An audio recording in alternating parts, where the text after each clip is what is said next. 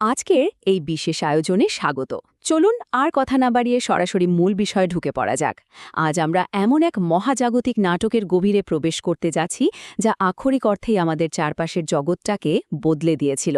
এটি এমন এক রোমাঞ্চকর ঐতিহাসিক সংঘাতের গল্প যেখানে একদিকে ছিল মানুষের নিজস্ব পর্যবেক্ষণ আর অন্যদিকে ছিল হাজার বছরের পুরনো অন্ধবিশ্বাস। আর এই দুয়ের প্রবল সংঘর্ষ থেকেই জন্ম নিয়েছিল আমাদের আধুনিক বিজ্ঞান। শুরুতেই একবার ১৬৩৩ সালের প্রেক্ষাপটটা কল্পনা করা যাক। একজন ৬৯ বছর বয়সী বৃদ্ধ, যিনি প্রায় অন্ধ এবং নিজের ঘরেই বন্দী। কি অদ্ভুত এক ট্র্যাজিক অথচ কাব্যিক বৈপরীত্য, তাই না?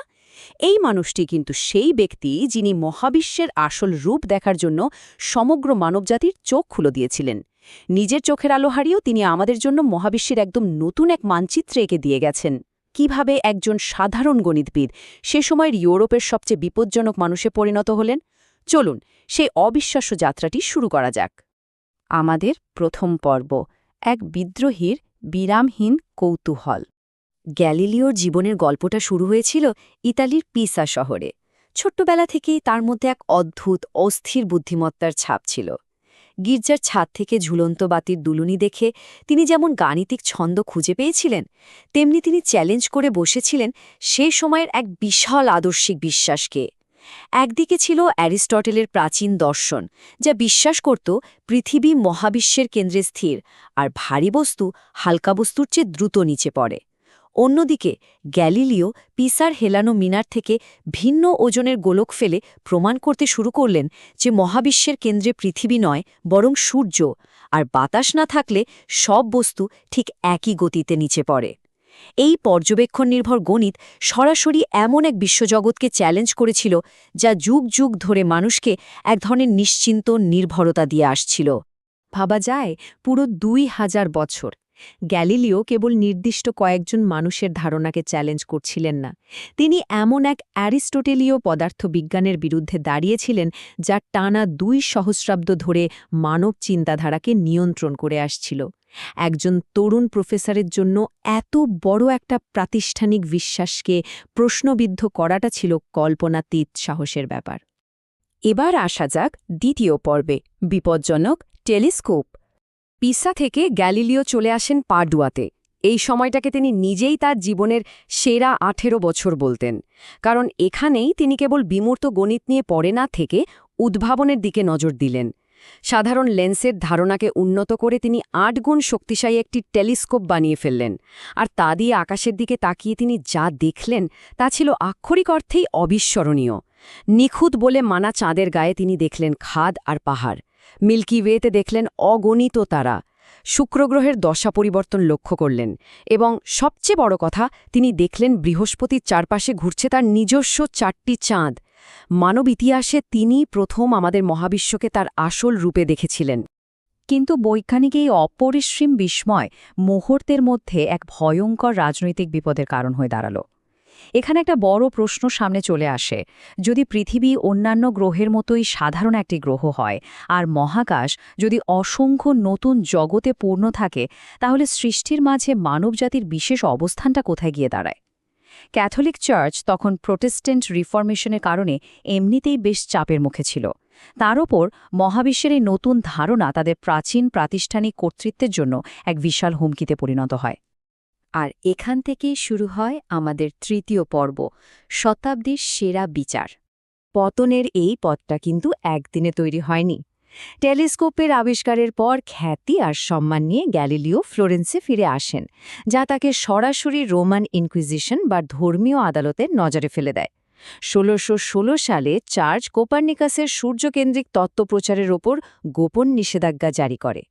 তবে ১৬২৩ সালে বিজ্ঞান মনস্ক পোপ আরবান অষ্টম নির্বাচিত হলে গ্যালিলিও মনে করলেন তিনি হয়তো তত্ত্বটি নিয়ে তাত্ত্বিকভাবে লেখার অনুমতি পেয়েছেন। আর সেই মারাত্মক ভুল ধারণা থেকেই ১৬৩২ সালে তিনি প্রকাশ করেন তার জীবনের সবচেয়ে উস্কানিমূলক বই ডায়ালগ, যার পরিণতি হিসাবে ১৬৩৩ সালে তাকে রোমের ইনকুইজিশনে তলব করা হয়। এটি ছিল রাজনৈতিক ভুল হিসাব নিকাশ আর বুদ্ধিবৃত্তিক একঘেয়েমির এক চরম মূল্য।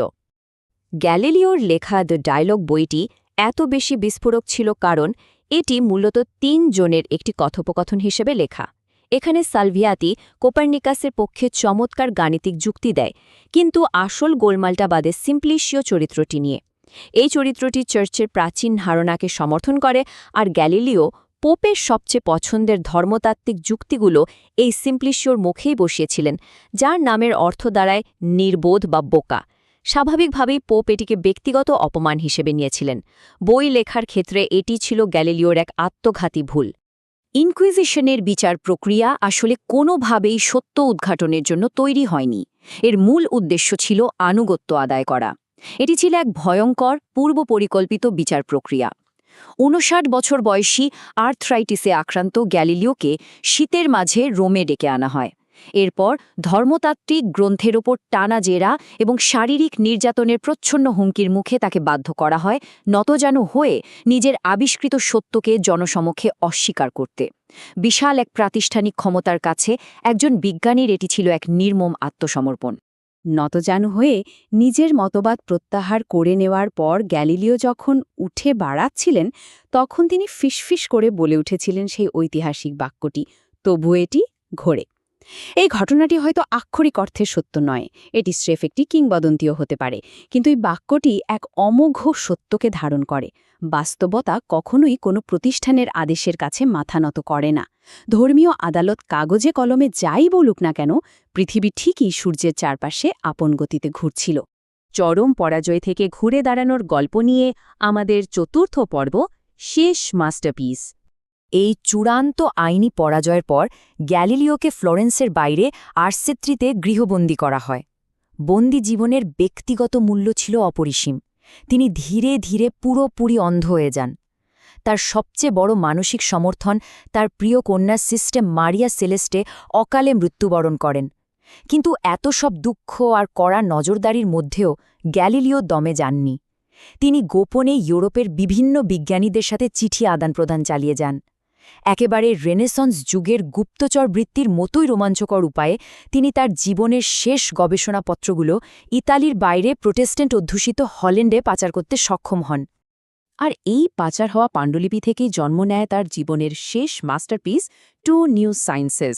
যেহেতু মহাকাশ নিয়ে কথা বলা নিষেধ ছিল, তাই তিনি পুরো মনোযোগ দিলেন পৃথিবীর বুকে বস্তুর গতির ওপর। এই বইটি ইতিহাসের পাতায় এত বেশি গুরুত্বপূর্ণ কারণ এটি আধুনিক ইঞ্জিনিয়ারিং এবং ধ্রুপদী বলবিদ্যা বা ক্লাসিক্যাল মেকানিক্সের একদম প্রাথমিক ভিত্তি স্থাপন করেছিল। বস্তুর পতন এবং অধিবৃত্তাকার গতির যে গাণিতিক বিশ্লেষণ তিনি এখানে করেছিলেন, তা আধুনিক পদার্থবিজ্ঞানের জন্ম দিয়েছিল বলাই চলে। সবশেষে আমরা চলে এসেছি পঞ্চম পর্বে, এক চিরন্তন বৈজ্ঞানিক উত্তরাধিকার। গ্যালিলিওকে হয়তো একটি ভিলাতে বন্দী করে রাখা সম্ভব হয়েছিল, কিন্তু তার ধারণাগুলো ঠিকই ডানা মেলেছিল। ভাবলে অবাক হতে হয়, গ্যালিলিওর বিচারের পর ক্যাথলিক চার্চের আনুষ্ঠানিকভাবে নিজেদের ভুল স্বীকার করতে এবং গ্যালিলিও সঠিক ছিলেন তা মেনে নিতে সময় লেগেছিল পাক্কা ৩৫০ বছর। হ্যাঁ, ৯৯২ সালে এসে তারা এটি স্বীকার করে।